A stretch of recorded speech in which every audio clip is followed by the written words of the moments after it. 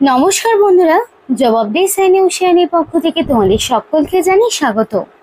তো দীর্ঘদিন পর অবশেষে গ্রাম পঞ্চায়েতের পক্ষ থেকে তোমাদের নিয়োগ বিজ্ঞপ্তি প্রকাশ পেল, যেখানে শুধুমাত্র মাধ্যমিক পাস যদি তোমার যোগ্যতা থাকে তাহলেই তুমি আবেদন করতে পারবে। মিনিমাম মাধ্যমিক পাস এবং প্রচুর গ্রাম পঞ্চায়েতে নিয়োগ শুরু হলো। মোটামুটি তোমাদের 60-এরও বেশি গ্রাম পঞ্চায়েতের পক্ষ থেকে তোমাদের নিয়োগ করানো হচ্ছে, যেখানে তোমার অ্যাপ্লিকেশন করতে মিনিমাম বয়স লাগবে 18 বছর। তো এখানে তোমরা কিন্তু নিজ নিজ গ্রাম পঞ্চায়েতে চাকরির একটা বিরাট সুযোগ পাচ্ছ। দীর্ঘদিন অপেক্ষার পর অবশেষে পুজোর আগেই গ্রাম পঞ্চায়েতে নিয়োগ বিজ্ঞপ্তি প্রকাশ পেল। তো এই ভিডিওর মাধ্যমে সেই সমস্ত কিছু আলোচনা করা হবে। পোস্ট কোয়ালিফিকেশন, কিভাবে অ্যাপ্লিকেশন করবে সেই বিষয়ে A to Z আলোচনা তোমাদের সাথে করব এই ভিডিওর মাধ্যমে। কিন্তু ডিটেলস অবশ্যই বলবো, তার আগে তোমাদের প্রত্যেকের কাছে আমি একটাই রিকোয়েস্ট জানাবো যে যারা এখনো আমাদের এই চ্যানেলটিকে সাবস্ক্রাইব করোনি তারা ঝটপট চ্যানেলটিকে সাবস্ক্রাইব করে পাশে থাকা বেল আইকনটি ক্লিক করে দাও, যাতে করে পরবর্তী সমস্ত ইনফরমেশন পেয়ে যেতে পারো। তো চলো বন্ধুরা, দেরি না করে এবার অফিসিয়াল নোটিশ নিয়ে ডাইরেক্ট বিস্তারিত আলোচনা তোমাদের সাথে শুরু করব। তো তার আগে বলতে চাই, এটা হলো panchayat department of panchayat and rural ডেভেলপমেন্টের অফিসিয়াল ওয়েবসাইট। তো তোমরা যদি এই অফিসিয়াল ওয়েবসাইটে আসো তাহলেই কিন্তু তোমরা অবশ্যই নোটিফিকেশনটা ডাউনলোড করতে পারবে, আর এটা ভিডিও ডেসক্রিপশন বক্সে দেওয়া থাকবে। তো নোটিফিকেশনটা কিন্তু একদম নতুন, 1/9/2025 অর্থাৎ 1 সেপ্টেম্বর নোটিফিকেশন আউট হয়েছে। একদম নতুন এবং রিসেন্ট একটি নোটিফিকেশন। নোটিফিকেশনের নাম্বার দেওয়া রয়েছে 1797। এটা হচ্ছে তোমাদের নোটিফিকেশনের নাম্বার। এবার তোমাদেরকে বলবো অ্যাপ্লিকেশন ফর্মটি তোমরা কিভাবে পূরণ করবে, তারপর তোমাদের পঞ্চায়েতগুলোর নাম জানাবো। তো অ্যাপ্লিকেশন ফর্মটি পূরণ করার জন্য ফার্স্ট অফ অল তোমাদের নাম থাকবে, তোমাদের মহকুমা থাকবে। অবশ্যই এখানে নাম ঠিকানা যা কিছু দেবে সেটা যাতে তোমাদের ভ্যালিড যে প্রুফ দেবে তার সেই অনুযায়ী যা নাম ঠিকানা রয়েছে সেটা কিন্তু তোমাদের দিতে হবে।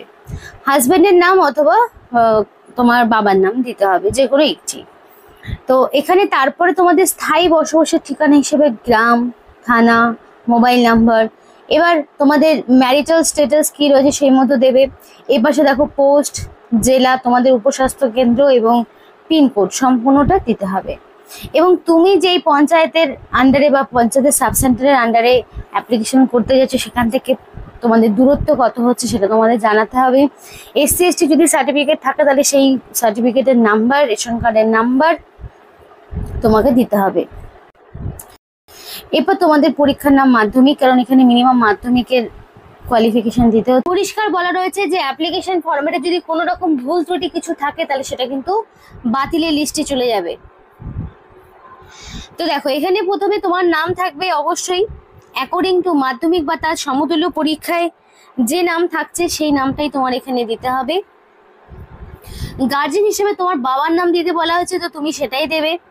ডেট অফ বার্থ অবশ্যই অ্যাকর্ডিং টু মাধ্যমিক বা তার সমতুল্য পরীক্ষায় অ্যাডমিটে এক্স্যাক্টলি যে ডেট অফ বার্থটা রয়েছে সেই ডেট অফ বার্থটাই বসাতে হবে। এবার দেখো, তোমাদের এখানে ডেট অফ বার্থ যেটা সেটা তুমি তো দিলেই, তারপরে তোমার কমপ্লিট রেসিডেন্সিয়াল অ্যাড্রেস তোমাকে বসাতে হবে। মানে ধরো তোমার ভিলেজের নাম, অবশ্যই গ্রামের নাম, পোস্ট অফিসের নাম, পুলিশ স্টেশনের নাম, ডিস্ট্রিক্ট, পিনকোড, ওভারঅল সমস্ত রকম ইনফরমেশন তোমাকে কিন্তু দিতে হবে রেসিডেন্সিয়াল অ্যাড্রেসের ঘরে। তারপরে paste a self attested photo of the candidate, অবশ্যই রিসেন্ট এবং নতুন, 6 মাসের বেশি পুরনো নয়, এইরকম কালার ফটো তোমাকে দিতে হবে। মোবাইল নাম্বারের জায়গায় অবশ্যই ভ্যালিড ফোন নাম্বার তোমাকে বসাতে হবে, একদম ভ্যালিড ফোন নাম্বার দেবে। এবং এখানে তোমাকে এডুকেশনাল কোয়ালিফিকেশন মিনিমাম 8 পাস। এবার এই জন্যই কিন্তু মাধ্যমিক পাস বলা, মানে এখানে ন্যূনতম 8 পাস থাকলে অ্যাপ্লিকেশন করতে পারছো। তার মানে যাদের মাধ্যমিক হয়েছে তারাই তো এখানে অ্যাপ্লিকেশন করতে পারছে, তাই না? তো আজকালকার দিনে তো কেউ আর 8 পাস পর্যন্ত পড়াশোনা করে না, তো মিনিমাম মাধ্যমিক সবাই পাস করে। তো মিনিমাম কোয়ালিফিকেশন যাদের রয়েছে তারাই কিন্তু এখানে অ্যাপ্লিকেশন করতে পারবে। তো খুব সামান্য কোয়ালিফিকেশন কিন্তু চাওয়া হয়েছে। তো এখানে সেলফ অ্যাটাস্টেড কিছু কিছু ডকুমেন্টস তোমাকে দিতে হবে, তো সেগুলো কি একবার জেনে নাও। আর এই ডকুমেন্টসগুলো তোমাকে কিন্তু সেলফ অ্যাটাস্টেড করতে হবে। আবার এই ডকুমেন্টসগুলো তোমাকে কিন্তু অবশ্যই অরিজিনাল সঙ্গে রাখতে হবে যেদিন তোমাকে ইন্টারভিউতে ডাকবে। কোনো রকম লিখিত পরীক্ষা নেই, বলে রাখি এক্সাম হচ্ছে না, রিটেন টেস্ট থাকছে না, সরাসরি ওয়াক ইন ইন্টারভিউ এবং ডকুমেন্ট ভেরিফিকেশন করে তোমাদেরকে নিয়োগ করা হবে। তাই লিখিত পরীক্ষা নেই এবং এখানে তোমাদের এজ প্রুফ হিসাবে বার্থ সার্টিফিকেট দিতে পারো, কিংবা চাইলে তুমি মাধ্যমিক পাশের সার্টিফিকেট এবং অথবা পাসপোর্ট অথবা প্যান কার্ড অথবা এপিক কার্ড অথবা আধার কার্ড, যে কোনো একটি ডকুমেন্টস তুমি প্রোভাইড করতে পারো এজ প্রুফ হিসাবে। অ্যাড্রেস প্রুফ হিসাবেও একইভাবে আধার কার্ড, নইলে এপিক কার্ড, নইলে ড্রাইভিং লাইসেন্স, নইলে রেশন কার্ড, নইলে পাসপোর্ট, যে কোনো একটি। আইডেন্টিটি প্রুফ হিসাবেও Aadhaar, EPIC, driving licence, PAN, passport সবটাই চলে যাবে, যে কোনো একটি ডকুমেন্টস দেবে এবং মার্কশিট অফ ক্লাস 8 পাশে তোমাকে দিতে হবে।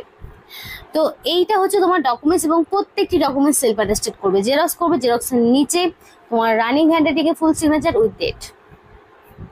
এবং তোমার এখানে একটা বলে রাখি, তোমাকে অবশ্যই ইন্ডিয়ান সিটিজেনশিপ থাকতে হবে। এটা ডিক্লারেশনে পরিষ্কার বলা রয়েছে যে I declare that I am a citizen of India. The information furnished above is true to my knowledge and belief, and if any of above information is found to be false and incorrect, or if any documents is found to be fabricated, my engagement of Group D personnel shall be terminated and proceeding as per law shall be initiated against me. তো এখানে declaration পরিষ্কার বলা রয়েছে এবং তারপরে কিন্তু দেখো একটা সিগনেচার তোমাকে করতে হবে, রানিং হ্যান্ডরাইটিং ফুল সিগনেচার করে দেবে, প্লেসের জায়গায় প্লেস, ডেটের জায়গায় ডেট দিয়ে অ্যাপ্লিকেশন ফর্মটি পূরণ করে দেবে, আর ডকুমেন্টসগুলো পরপর অ্যাটাচ করে দেবে। আর যে ডকুমেন্টস দেখালাম সেই ডকুমেন্টসগুলোই অরিজিনাল নিয়ে যাবে যখন তোমাকে ইন্টারভিউতে ডাকবে। ইন্টারভিউয়ের কলেজে তোমার বাই পোস্টে আসবে, বাই পোস্টে তোমাকে কিন্তু পাঠানো হবে, কারণ তোমার অ্যাপ্লিকেশন মোডটাই বাই পোস্ট।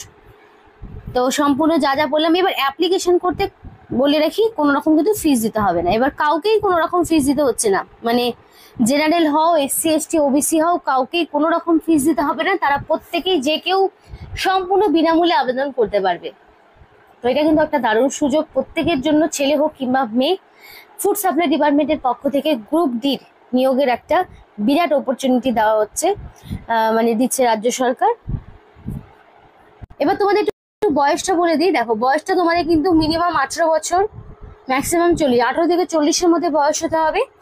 আর এখানে 18 থেকে 40-ই রাখা হয়েছে মিনিমাম বয়স। আর 1/1/2025 মানে 1/1/2025 বলতে জানুয়ারি মাসের 1 তারিখ অনুযায়ী তোমার বয়সটা মিনিমাম 18 থেকে ম্যাক্সিমাম 40-এর মধ্যে রাখা হয়েছে। 1 জানুয়ারি অনুযায়ী কিন্তু বয়সটিকে হিসাব করা হবে, আর এক্সট্রা করে কোনো রকম কিন্তু ছাড় থাকছে না, সেই বিষয়ে এখানে কিন্তু নোটিফিকেশনে কিছু মেনশন করা নেই। আর আগেই বললাম ইন্ডিয়ান সিটিজেনশিপ অবশ্যই থাকতে হবে। আর এখানে তোমাদের কিন্তু পার মান্থ 15,000 টাকা করে আপাতত স্যালারি দেওয়া হবে, পরবর্তীতে তোমাদের টাইম পিরিয়ড পেরিয়ে যাওয়ার পর তারপরে কিন্তু স্যালারিটা আবার বাড়বে। মিনিমাম 15,000 টাকা মাধ্যমিক পাস যোগ্যতায় তোমাদের কিন্তু নিয়োগ করানো হচ্ছে। তো যাদের মিনিমাম 18 বছর রয়েছে এবং মাধ্যমিক পাস যারা মিনিমাম করেছো তারা কিন্তু অবশ্যই এই পোস্টের জন্য অ্যাপ্লিকেশন করতে পারো, যে এই নোটিফিকেশনটা ফুড সাপ্লাই ডিপার্টমেন্টের পক্ষ থেকে জারি হলো। তো পরবর্তীতে তোমাদেরকে এখানে দেখে নেওয়া হবে ইন্টারভিউর জন্য, আগে অ্যাপ্লিকেশন করো, তারপরে কিন্তু শর্টলিস্টেড ক্যান্ডিডেটকে বাই পোস্টে অ্যাডমিট কার্ড পাঠিয়ে দেওয়া হবে। তো এই ছিল আজকে সম্পূর্ণ ভিডিও। ভালো লাগলে অবশ্যই লাইক করো এবং চ্যানেলটিকে সাবস্ক্রাইব করে আমাদের সাপোর্ট করো, আমাদের সাথে থেকো, পাশে থেকো। আর ভিডিওটি সম্পূর্ণ দেখার জন্য তোমাদের সকলকে জানাই অসংখ্য ধন্যবাদ।